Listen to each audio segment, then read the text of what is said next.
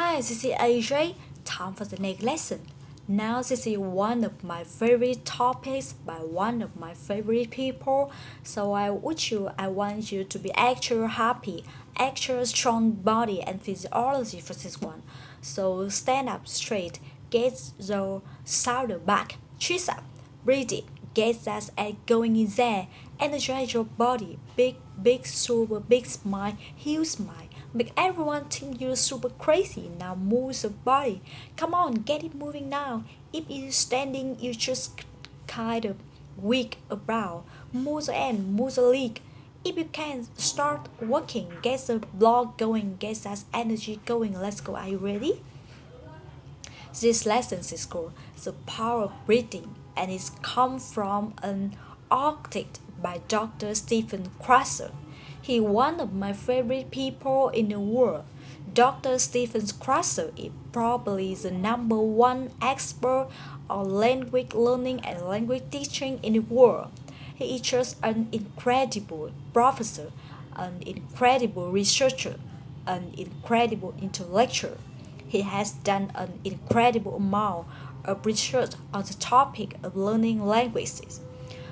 And today we're going to talk about just one part of his research. Really, as well as English, it based a lot of Dr. Stephen Krasser research, all of the method we use, but we're going to talk about just one particular method, one particular idea, very strong idea that's come from Dr. Stephen Krasser and his research, and that's the power of breathing. Specifically, it's the power of pleasure reading. It's the power of easy reading. We talk about that more in a few in a minute. But first, let me read a little bit from this article. Now this article, as you might guess, is about the power of reading, and Dr. Krasser did a lot of research about reading, specifically about how do people, native speakers, and people learning foreign language, how do they learn vocabulary, how do they get good grammar, how do they get excellent writing skills.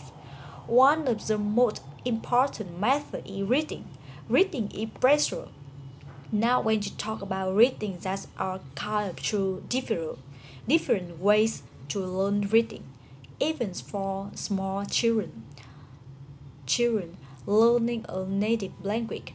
Now, one method, the old method, is that you learn reading skills, so you have to study and analyze vocabulary. For example, spelling in English is very difficult and talks. So we have to study that a lot in school.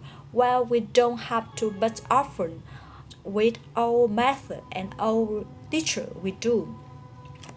We study spelling.